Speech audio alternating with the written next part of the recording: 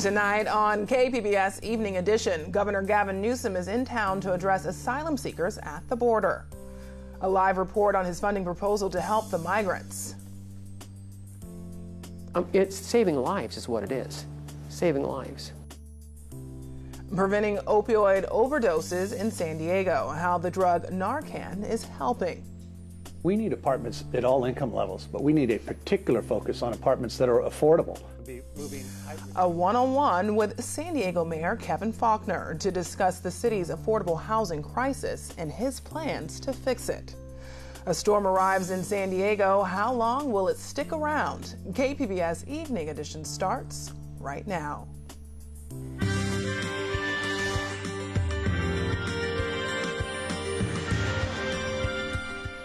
Good evening and thanks for joining us. I'm Ebony Monet.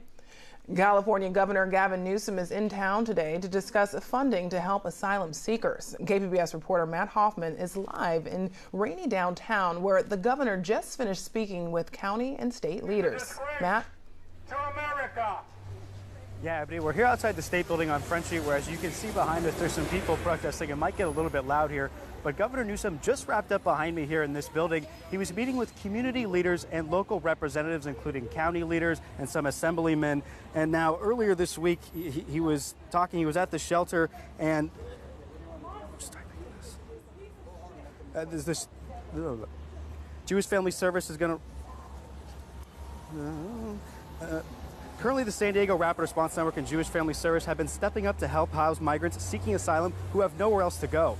Governor Newsom has included $25 million in his proposed state budget for an immigration response program. Now, $5 million of that would be made available for this year, and the governor says it's the right thing to do. And when one part suffers, we all suffer. This notion of interdependence. You know, we could sit here and play the jurisdictional whack-a-mole and say it's not our job, not our responsibility, but we choose differently. This is a community that has stepped up. This is a community that's taken account, taken responsibility for the human condition. The County Board of Supervisors announced this week it would lease an old courthouse to be used as a temporary migrant shelter for people seeking asylum. Jewish Family Service will run that shelter and cover all operational and security costs. Governor Newsom had a chance to tour that building earlier today, and now Jewish Family Service, JFS, they're going to keep running that shelter until mid-February. That's when it's going to close, so they need a place to stay. Like the governor said, he wants to support them, so he's including this money in their budget. We're here live downtown. Matt Hoffman, KPBS News.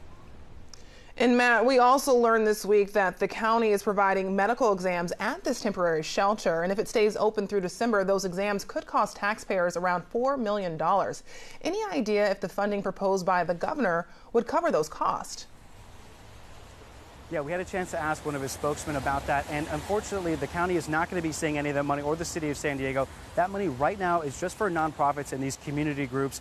But he did say that he is willing to work, and we talked to the supervisors too. They want to see that funding. A lot of them say they don't just want to keep spending this money. Obviously, they're leasing this facility to Jewish Family Service for just $1 through December. But like you say, those medical exams could end up costing them millions of dollars. So right now, there's no money on the table for the county or for the city that they could get back. But they do say they're in those discussions and that they want to get that money.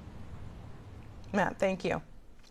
San Diego County teachers are already trained on school shooting drills and identifying sex trafficking victims. KPBS health reporter Susan Murphy tells us now they may be tasked with learning how to revive students who overdose on opioids.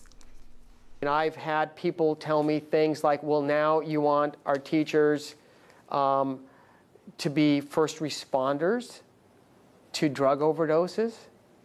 And I say yes. Street drugs laced with the deadly opioid fentanyl is a soaring epidemic in San Diego County. Nearly 300 people died of opioid overdoses in 2017, including some children.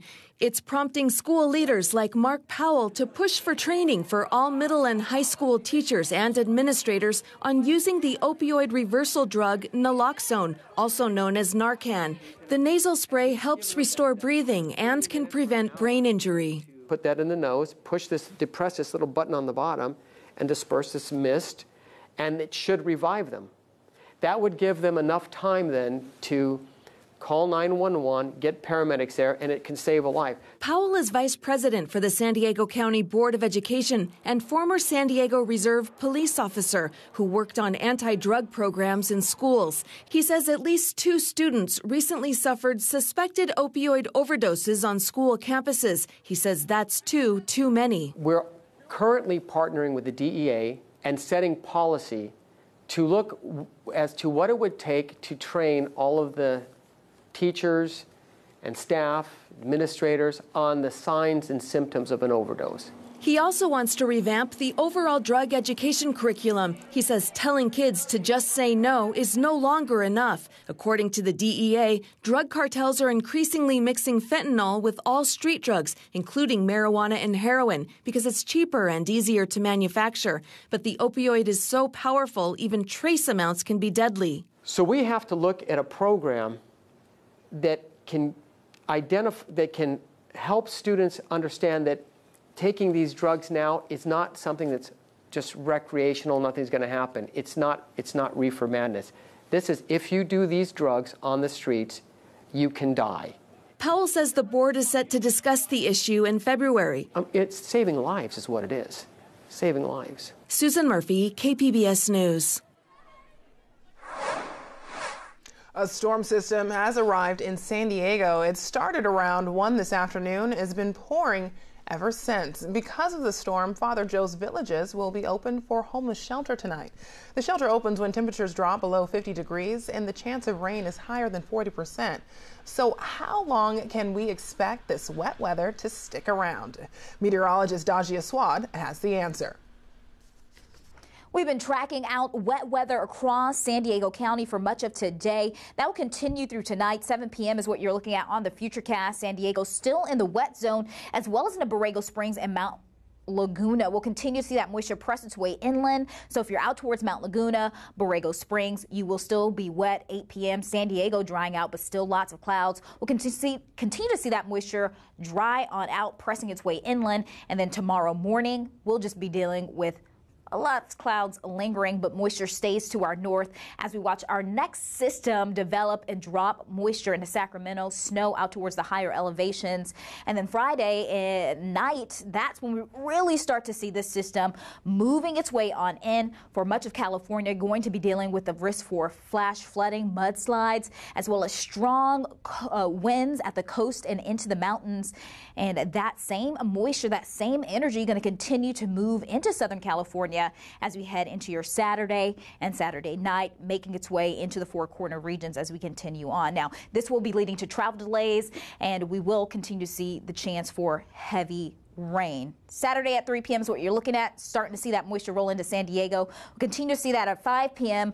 and that will continue to press its way eastward, getting a little break in between your Sunday morning. There will still be some moisture in towards San Diego and Los Angeles into your Sunday, and then we have to watch out for another potential system into your Monday. Now for Friday night through Saturday, here's what we're talking about in terms of our rainfall forecast. Mount Laguna 2 to 3 inches, San Diego 1 to 1.5 inches, and Borrego Springs 1/2 inch to 1 inch possible with this weekend system. Now for tonight, we will continue to see some wet weather, but that's going to press on out, and really anticipating about 1/2 inch to 1 inch widespread across San Diego County. For our topics looking ahead, keep in mind, flooding will be an issue, coastal hazards and high winds will be impacting the area. Mostly cloudy tonight after that moisture continues to press its way out towards the east, dropping down to 55 in San Diego, 47 in Oceanside, and 49 in Borrego Springs. As we head into tomorrow, topping off at 70 in Borrego Springs. Not a whole bunch of wet weather, but lots of clouds in place into Oceanside and San Diego, as well as Mount Laguna. We continue into your weekend, wet and unsettled out towards the west. Into the Midwest, starting to feel some relief, even into the eastern half of the country, warmer air setting on up. So if you have any travel plans there for this big football weekend, you will be looking at a warmer flow. We'll remain wet for Saturday, a bit of showers Sunday at the coast, and even some more wet weather potentially with another system on Monday. We'll also see that same trend inland with temperatures dropping down into the upper 50s for your highs into the end of the weekend. A bit cooler as always into the mountains, and even on Monday a possibility for some snow late because snow levels will continue to drop as we get cooler air. And we once again have to keep an eye out for this weekend with heavy rain coming across San Diego County. Reporting for KPBS News, I'm your meteorologist, Dajia Swad. Back to you. California water officials say the state's water supply is in great shape. Officials took the second snow survey of the winter just north of Sacramento. Last year's snow survey only reported 9 inches. Today's saw 50 inches. Be at 98% of average at the same time frame a year later. We got more storms in at the end of February, beginning of March last year that helped drive that total up. But we're also getting a good storm in this weekend. The Sierra snowpack makes up about 1/3 of the state's water supply when it melts in the spring. Officials say the next 2 or 3 months are critical for the snowpack. I'm Judy Woodruff. Tonight on the NewsHour, the punishing cold lingers over the Midwest with temperatures plunging to record lows. Coming up at 7 after Evening Edition on KPBS.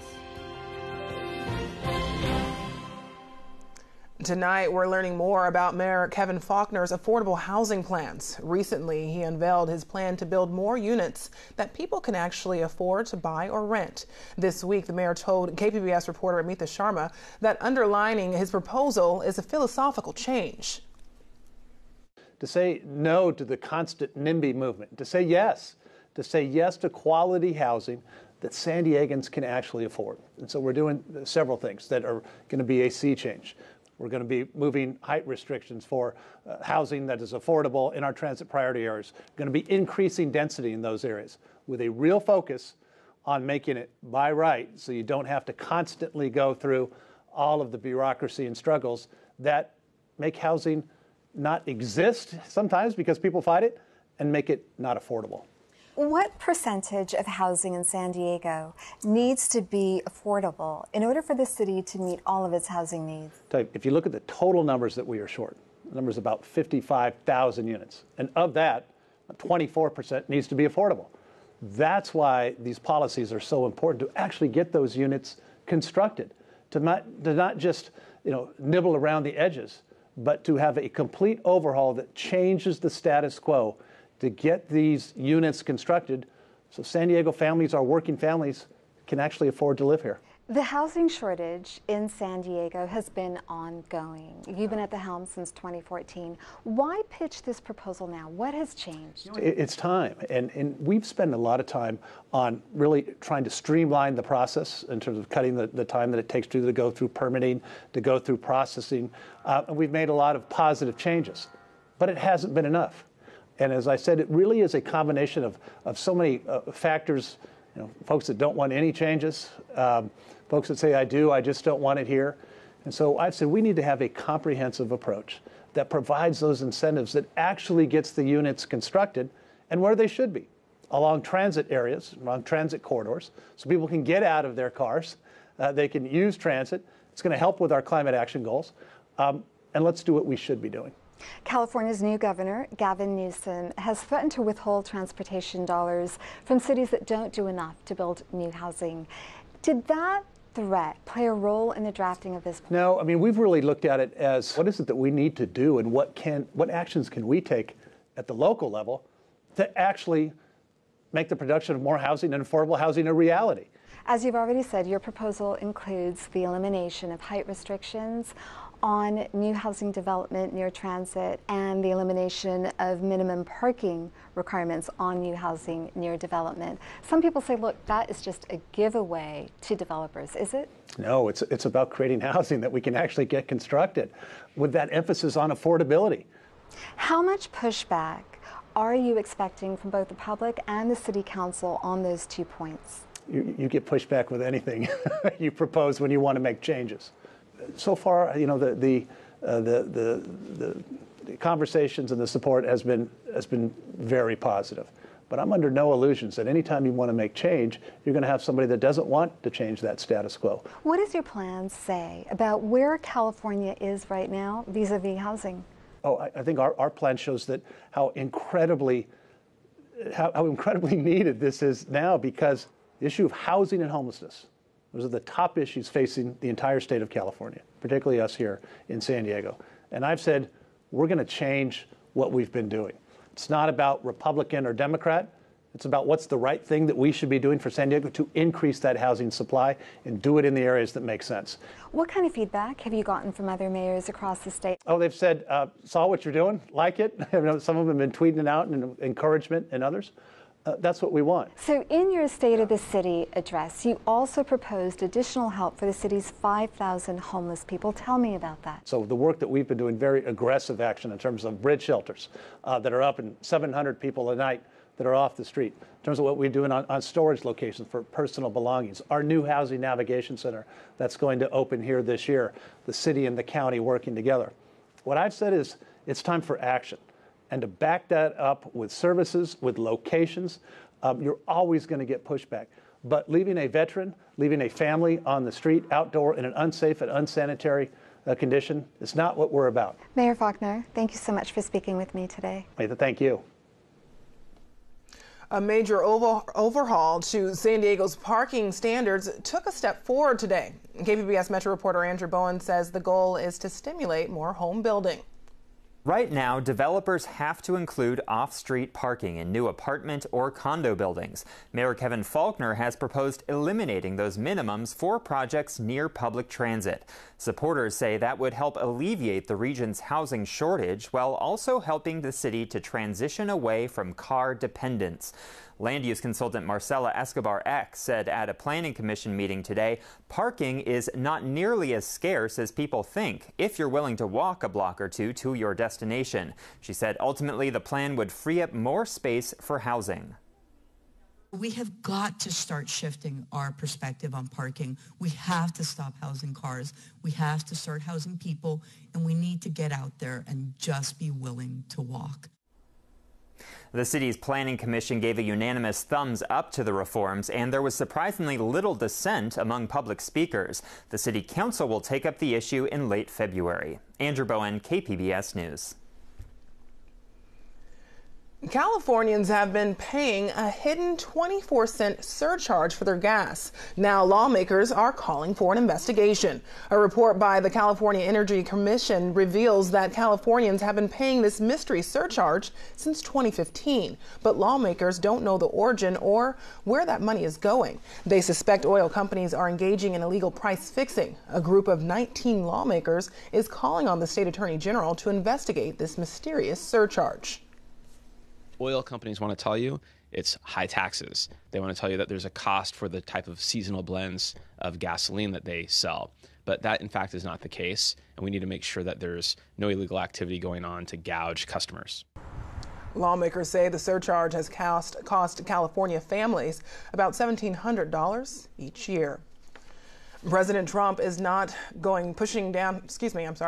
President Trump is not backing down on his push for a border wall proposal. He spoke to the media in the Oval Office today, saying he's not waiting on funding from Congress to move forward with his campaign promise. While speaking to the press, he accused the House Speaker, Nancy Pelosi, of playing games. If there's no wall, it doesn't work. She's just playing games. So if there's no wall, it doesn't work. And we're building the wall right now. I mean, a lot of people don't know that, but we have a lot of wall under construction. We've given out a lot of contracts over the last 3-4 weeks, good contracts. A lot of wall is soon going to be under construction. We're finishing up design on certain areas, the most important areas. 10-year record low. The deal to end the government shutdown expires in 2 weeks. Either way, Nancy Pelosi says no further deal will include funding for the border wall. High school teachers in Ohio, are taking unusual steps to teach students about America's political divisions. AP reporter William Levinson shows us how they're inviting extremists into the classroom. When video emerged online of an encounter between a group of high school students, a Native American activist, and a cluster of Black Hebrew Israelites, it renewed a national discussion about civility in politics and tolerance for those of different political beliefs. It also raised the question of how both are influencing the nation's youth. There are people that say all kinds of things you're going to disagree with. Ohio high school teacher Judy Galasso has been teaching students how to encounter and question unfamiliar ideas for the past 3 decades. First of all, if someone's yelling things at you, if you're presented with groups that you disagree with, my hope is that we train our kids well enough that they're not going to react. I like to think that we train them well enough that they would want to ask questions, that instead of yelling back, they might try to engage and talk to them. We don't want you to be, feel personally challenged. We want you to be mentally challenged. Jonathan Duffy teaches U.S. political thought and radicalism, Poly-Rad for short, at Thomas Worthington High School alongside Galasso. Over the decades, the course has exposed students to members of America's most extreme political groups, including the National Socialist Movement, the Weather Underground, and the Revolutionary Communists. But we always tell students that it would be impossible to get a class like this started in 2018. To go to a school board in any district and say, hey, here's an idea, we're going to bring in all these people and let them speak to students. Most school board members, and perhaps for good reason, would be very skeptical of that. But Poly-Rad has a track record from the mid-'70s where students have been exposed to this. It's happened safely. They've grown from it, and all you need to do is talk to community members, former students, and you see that impact. About half of the district seniors take the class each year. I think going into the course, I was still just taking in information and not really making it my own. And I think after hearing people from the far left or from the far right, or just different beliefs throughout the political spectrum, I think it made me grateful for what my parents have taught me, but also realizing that I am 18, it is up to me, it's not what my family says or what my friends think, that maybe these speakers are right, or maybe I need to come up with my own opinions on some of these topics. The teachers attribute the course's success to a few key ground rules. Presenters must come from across the political spectrum, they can't be censored, students must remain respectful, and instructors can't share their personal political beliefs. Another key takeaway? Don't rush to judgment. Warren Levinson, Associated Press. San Diego's crosswalks could be getting a makeover. KPBS reporter Tara Mintos says city staff presented a plan this week which allows colors at pedestrian crossings. The city previously didn't allow decorative crosswalks because they violate federal guidelines, but it's now created a process to permit solid colors. Councilman Chris Ward's office spent more than a year working on a solution. With this program, every council district would be able to celebrate unique aspects of their communities by utilizing crosswalks as an expression of community pride, sense of place, and neighborhood history. However, the pilot program bans the use of symbols or designs. Beryl Foreman of the El Cajon Boulevard Business Improvement Association says this limits options for a decorative crosswalk the group had wanted in the city's Little Saigon district. And while it is easy to assume that because the Vietnamese flag is red and yellow, that this is a solution for a culturally designated Little Saigon district, this would be an awful and repeated mistake since it is highly offensive to step on anything that resembles their flag. The city will evaluate the impact of multicolored crosswalks and later decide on a finalized process. Taryn Mento, KPBS News. Well, there's a lot more to do this weekend than just football. KPBS arts editor Nina Guerin shows us what else we can do and enjoy around San Diego, from a romantic cabaret to a high-concept indie band. Every year, dancers from San Diego Civic Dance Arts put on a show called Collage that features jazz, hip-hop, contemporary, and more. The theme for this year is Dream Big, and student dancers will perform uplifting pieces by locally and internationally renowned choreographers. For 2019, there will be new dances by local favorite Michael Mizrahi, and So You Think You Can Dance judge Mia Michaels. This show is a great, low-cost opportunity to see a variety of dance styles in one place. Plus, it showcases dancers of all ages, sizes, and ethnicities. Moonlight Theater gets in the romantic spirit with Kiss and Tell, a Valentine's cabaret. This show features performances by real-life theatrical couples from San Diego. They'll be singing Broadway favorites, plus new songs from A Star is Born and Mary Poppins Returns. Actors Katie Sapper and Charlie Grange will sing I've Got a Crush on You. And there'll be a special duet by Gino and Nancy Carr. Gino will sing via satellite from New York, where he's appearing in Broadway's Come From Away. Finally, alternative band Cursive returns to San Diego for the Casbah's 30th anniversary celebration. The Omaha band started as an emo outfit before developing into a group with intricate music and conceptual, unpredictable lyrics. Cursive released a new album in 2018, which once again sees the band evolve into a slower pace, bringing back a cellist and an anxious tone that mirrors the current political climate. For KPBS Arts, I'm Nina Guerin. Now here's a look at what we're working on for tomorrow in the KPBS newsroom. On Morning Edition, a new documentary by Peter Jackson takes a look at World War II. We'll have a preview of They Shall Not Grow Old. And on Midday Edition, a look at how Colorado is trying to seed clouds for snow. That's tomorrow on KPBS Radio. You can find tonight's stories on our website, kpbs.org/evening edition. Thanks for joining us. Have a great night.